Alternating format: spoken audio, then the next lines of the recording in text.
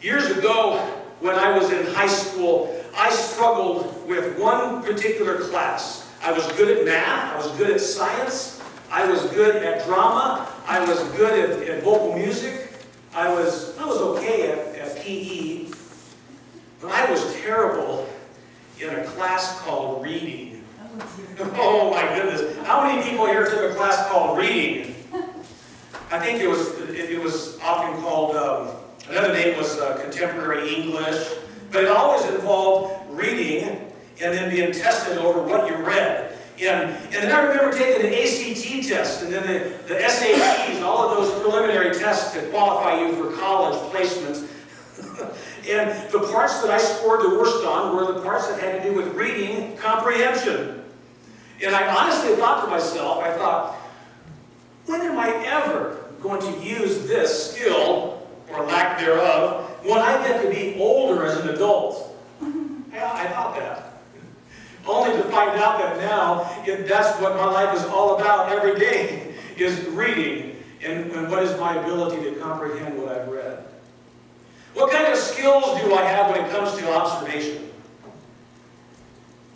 There was a young boy who had a girlfriend, and he idolized her, and he wanted to have a relationship with her and spend time with her, and he was infatuated with her. And so one day, in this small town, he went to the local pharmacy, and he walked in there and looked over the condiments and went up to the counter, and the pharmacist, the only male pharmacist, the man pharmacist in town, said, "Yes, son, what can I do for you?" And he said, "Well, I'd like to buy I want to buy 3 boxes of chocolate. I want to buy a 1-pound box, a 3-pound box of chocolates, and then a 5-pound box of chocolates."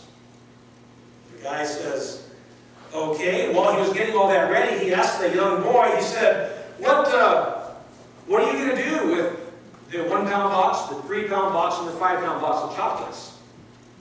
And the boy kind of thought for a minute, and he looked this man right in the eyes, and he said, "Well, I'm going on a date tonight. And if my girlfriend lets me hold her hand, I'm going to give her the 1-pound box of chocolates. And if she lets me put my arm around her, I'm going to give her the 3-pound box of chocolates. And if she lets me give her a smooch when we're done with our date, I'm going to give her the 5-pound box of chocolates." So the man thinks, he says, "That sounds like a pretty good plan."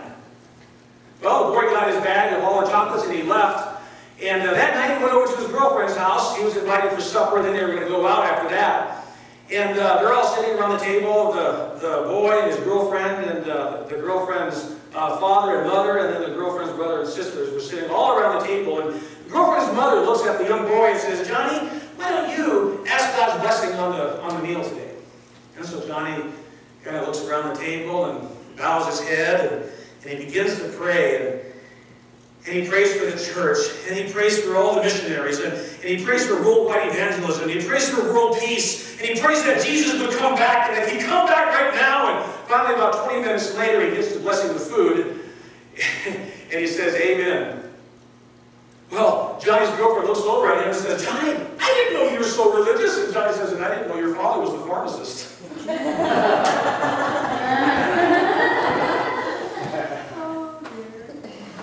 That's a funny story. Johnny lived in that town all that time, and his abilities to comprehend who was who, he just didn't quite get there, did he? His abilities to observe who was who in town and who was related to who, he didn't quite figure that one out either. That was kind of like me when I was in my reading classes in high school, junior high and high school. How about you? Do you like to take exams? Are you good at taking tests? Do you like to be held accountable for what you've been watching and observing?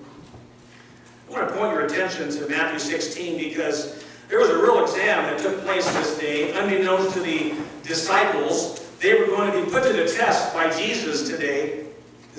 And so the story picks up in verse 13, but there's a lot of events happen before verse 13 of chapter 16. But I want to call our attention here in verse 13. Jesus came to the region of Caesarea Philippi, and he asked his disciples a question. And this is where the exam takes place, because in the Greek, the word "asked" literally means to examine. And it's a specific examination. And God of all the universe, you know, that God who nothing is too hard for him, that God who is almighty, omniscient, all everywhere present, that God himself specifically is asking the 12 disciples a question. And I wondered, as I thought about that verse, what kind of skills of observation and comprehension they demonstrated in the previous chapters. Remember, in chapter 14, the disciples are witness to the fact that Jesus feeds 5,000 people, minimum of 5,000, probably between 10 and 12 or 13,000 people, simply with 5 loaves of bread and 2 fishes. Then, as chapter 14 comes to a close, they find Jesus in the midst of a wild tempest on the sea there. Jesus is walking on the water in I believe the 3rd watch of the night. And then when Jesus gets into the boat, they find suddenly the storm calms. What kind of man is this? It says in verse 32 that when he got in the boat of chapter 14 that they worshiped him. And then they said, "Truly you are the Son of God." So we see their skills of observation and comprehension kind of honing in, perhaps, maybe on who this special man is.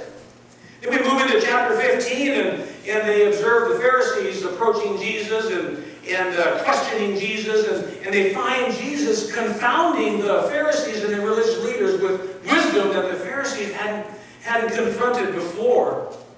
And they find Jesus able to, like a precision of a surgeon, going right down to the heart of them in chapter 15, verse 8, and talks about the hypocrisy of the religious leaders. These people honor me with their lips, but their hearts are far from me.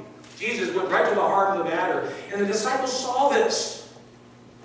We go on in chapter 15 and verses 21 to 28, and we find Jesus casting out a demon from afar. A Canaanite woman comes to him and says, "You know, my daughter is demon-possessed," and through some interaction, Jesus marvels at this Gentile woman, who's not even a child of Israel. This Gentile woman has more faith than was found in many of the people of God. And so Jesus honors her faith and heals her daughter from demon possession. Then we find later in chapter 15 that the disciples are witness again to Jesus, this time feeding minimum of 4,000, probably upwards to 8,000 to 10,000, simply on 7 loaves of bread and a few fish.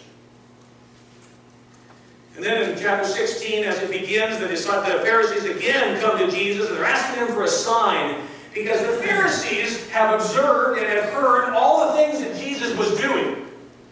But their abilities to comprehend what they've observed lead them in a different direction than the disciples. And so the Pharisees just point blank come to Jesus and says, "Show us a sign that you indeed are the Messiah, the Son of God." When in fact, if the Pharisees would have observed all that Jesus had been doing, they should have come to that conclusion who he was. But the hardness of their heart, they couldn't see it.